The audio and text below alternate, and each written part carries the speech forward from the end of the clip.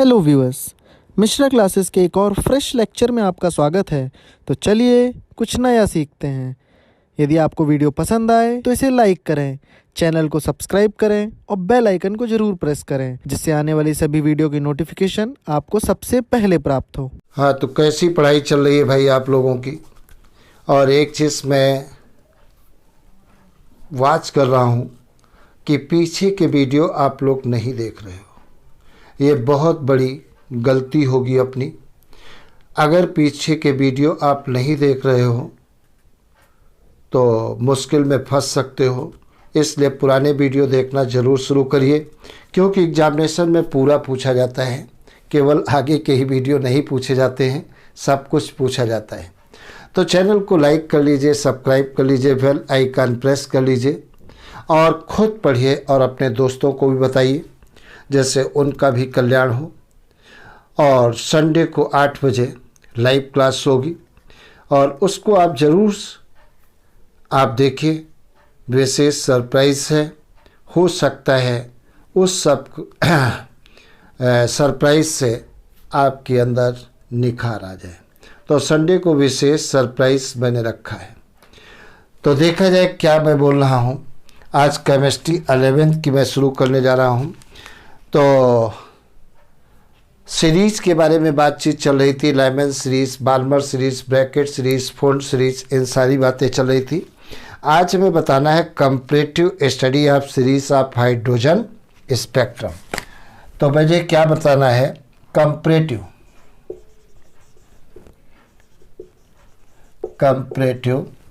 Study of series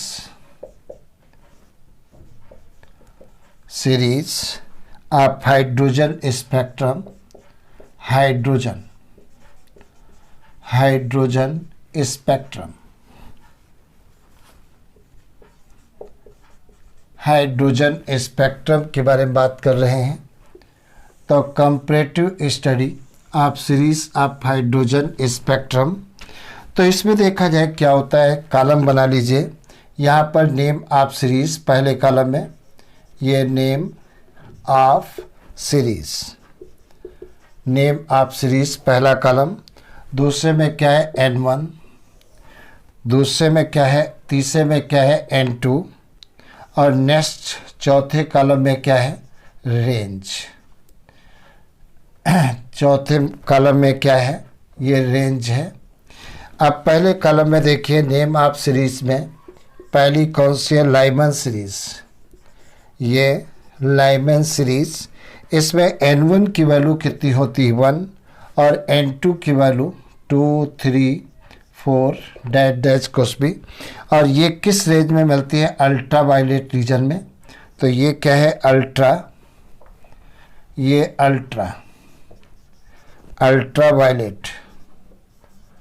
ultra violet reason में मिलती हैं।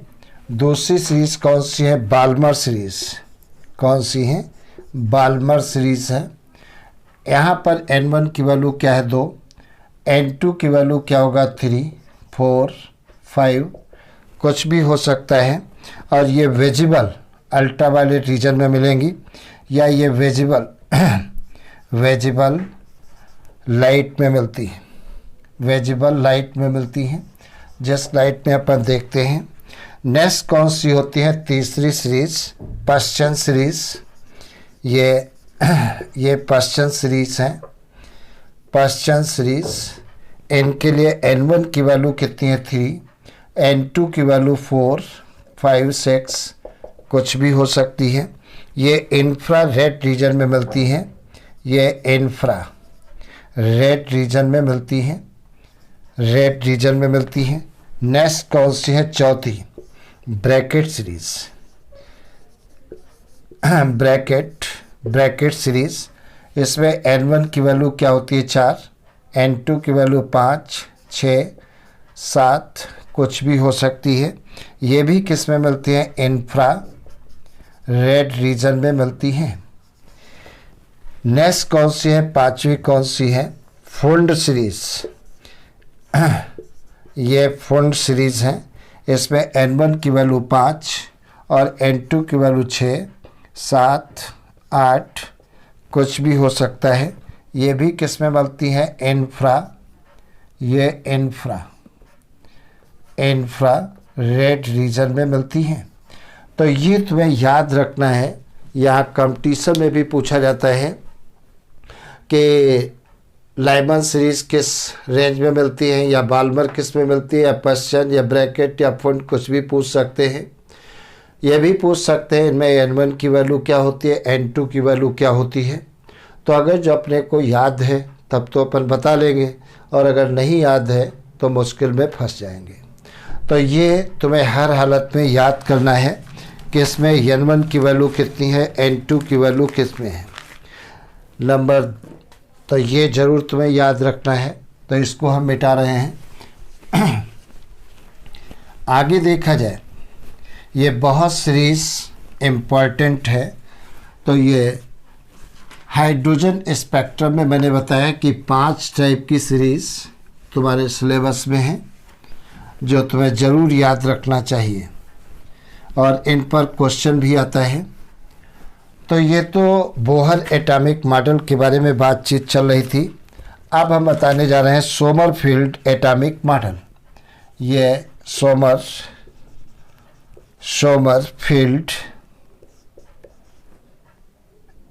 ये सोमरफील्ड्स एटॉमिक मॉडल,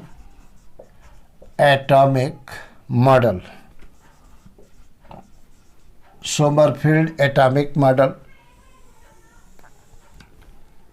अब सोमरफील्ड देखिए, बोहर ने क्या बताया था कि न्यूक्लियस के चारों तरफ सर्कुलर ऑर्बिट पाई जाती हैं, और उन सर्कुलर ऑर्बिट में इलेक्ट्रॉन चक्कर लगाते हैं। ये बात किसने बताई थी? बोहर ने बताई थी। लेकिन सोमरफील्ड ने क्या बताया कि सर्कुलर ऑर्बिट के अलावा कुछ एलिप्टिकल ऑर्बिट पाई जाती हैं, उनमें इलेक्ट्रॉन चक्कर लगाते हैं। तो सोमरफील्ड ने कहा था सर्कुलर ऑर्बिट के अतिरिक्त एलिप्टिकल ऑर्बिट भी पाई जाती हैं, जिनमें इलेक्ट्रॉन चक्कर लगाते हैं। तो सोमरफील्ड का एटॉमिक मॉडल बेस्ट माना जाता है। तो नोट कर लेना, अकॉर्डिंग टू दिस मॉडल। तो सोमरफील्ड ने क्या बताया था इस मॉडल में? पहला point, electron revolve around the nucleus, electron revolve around the nucleus in elliptical cell.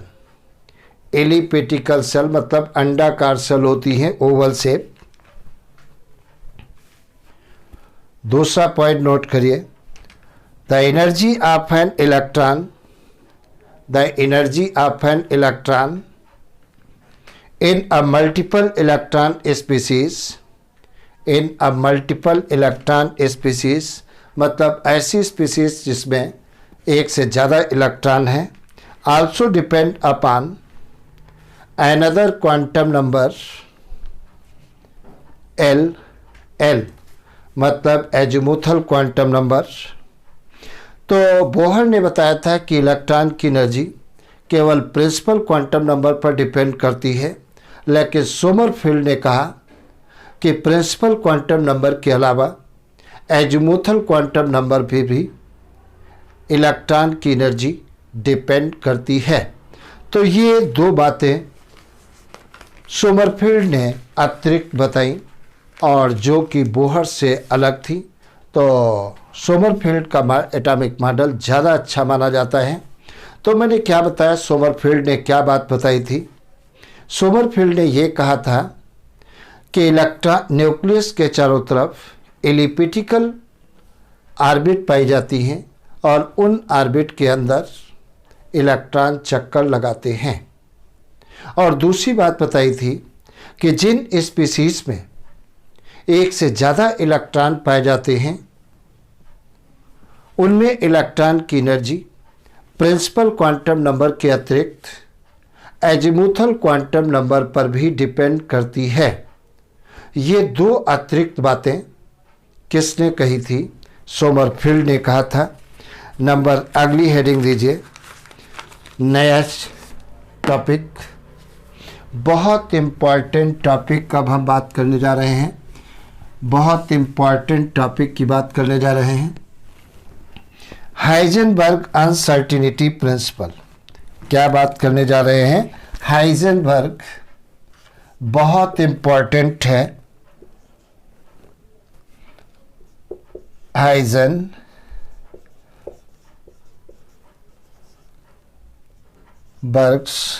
Uncertainty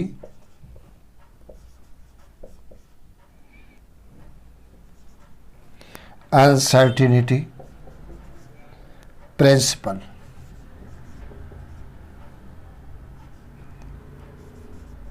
Heisenberg uncertainty principle. अब प्रश्न आता है कि हाइजेनबर्ग अनसर्टिनिटी प्रिंसिपल क्या होता है।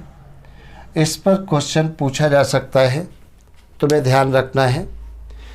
हाइजेनबर्ग ने क्या बताया? कहा कि कोई भी मूविंग पार्टिकल है,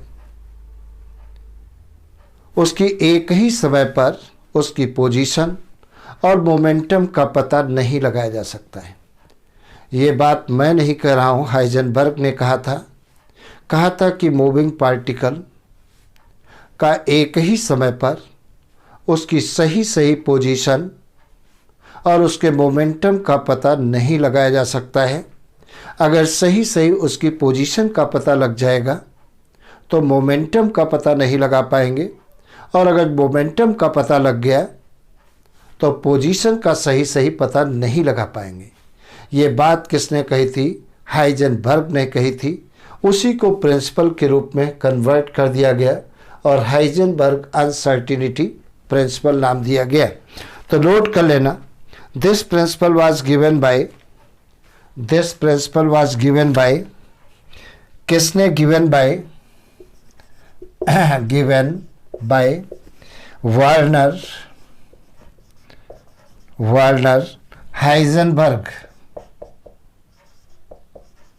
हाइजेनबर्ग। इन्होंने दिया था अकॉर्डिंग टू दिस प्रिंसिपल। इस प्रिंसिपल में इन्होंने क्या बताया? पहला पॉइंट, इट इज इम्पॉसिबल, या इन्वर्टेड कामा में नोट करिए, पहला पॉइंट नहीं।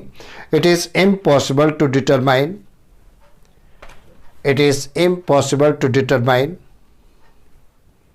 simultaneously both position and momentum of a microscopic particle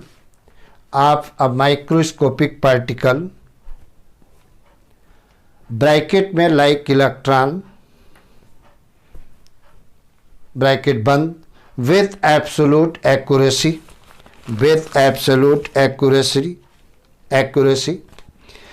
mathematically, इसको मैथमेटिकली कैसे एक्सप्रेस करते हैं? Del x del p into del p, ये ग्रेटर देन इक्वल किसके होता है? H upon 4 pi. या इसी को अपन कैसे लिख सकते हैं? Del x into del p. Del x del p की वैल्यू आप डाल दीजिए। डेल पी की वैल्यू क्या होगा? M del v. मतलब एम वी क्या होता है? मोमेंटम होता है greater than equal h upon 4 pi. इसमें वेयर एक्स क्या है? वेयर डेल एक्स बराबर क्या है? Uncertainty of position. ये क्या है? Uncertainty of position. Uncertainty of position of the particle. Uncertainty of position में है। और डेल पी क्या है? Del p uncertainty of momentum. ये क्या है? Momentum of the particle. तो ये बातें तुम्हें याद रखना है। और एच क्या है? प्लैंक कांस्टेंट है। तो ये बातें तुम्हें याद रखना है पार्टिकल। नेक्स्ट अच्छा एक पॉइंट और, from the above relationship it evident that, इस रिलेशनशिप के एविडेंट क्या है। पहला पॉइंट एविडेंट, अगर जो हम बात करें पहला पॉइंट की बात कर रहे हैं, पहला इफ डेल एक्स, पहला क्या है, if del x is very small, very small, del x अगर बहुत छोटा है तब क्या होगा, तो इसमें नोट कर लेना, the position of the microscopic particle, position of the microscopic particle can be measured accurately, can be measured accurately. अगर डेल एक्स बहुत छोटा है तो पोजीशन का हम सही पता लगा लेंगे, but del p will be very large, लेकिन डेल पी बहुत बड़ा है, which means that momentum or velocity of the particle cannot be measured with accuracy। तो ये बात तुम्हें याद रखना है, अगर डेल एक्स बहुत छोटा है तो पोजीशन का सही पता लगाया जा सकता है, अगर डेल एक्स बहुत छोटा है तो डेल पी बहुत बड़ा होगा, तो उसका मोमेंटम या वेलोसिटी का सही पता हम नहीं लगा सकते। दूसरा केस क्या होगा, if del p is very small, दूसरा केस क्या होगा, दूसरा case if del p is very small, अगर डेल पी बहुत छोटा है तब क्या होगा, तो हम मोमेंटम का सही पता लगा लेंगे, लेकिन पोजीशन का सही पता नहीं लगा पाएंगे। तो नोट कर लेना, the momentum or velocity of the microscopic particle can be measured accurately, but uncertainty will be introduced in measuring its position। तो अगर डेल पी बहुत छोटा है तो हम मोमेंटम का सही पता लगा लेंगे, लेकिन पोजीशन का सही पता नहीं लगा पाएंगे। ये बात तुम्हें याद रखना है।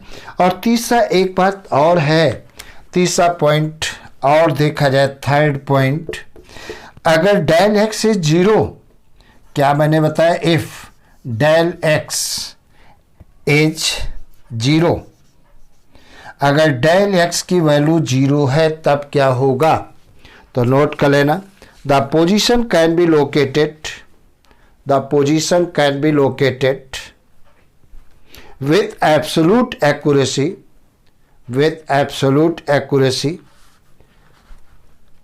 but in this case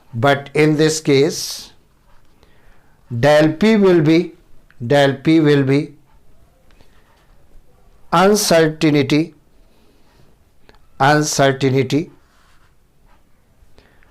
which means that are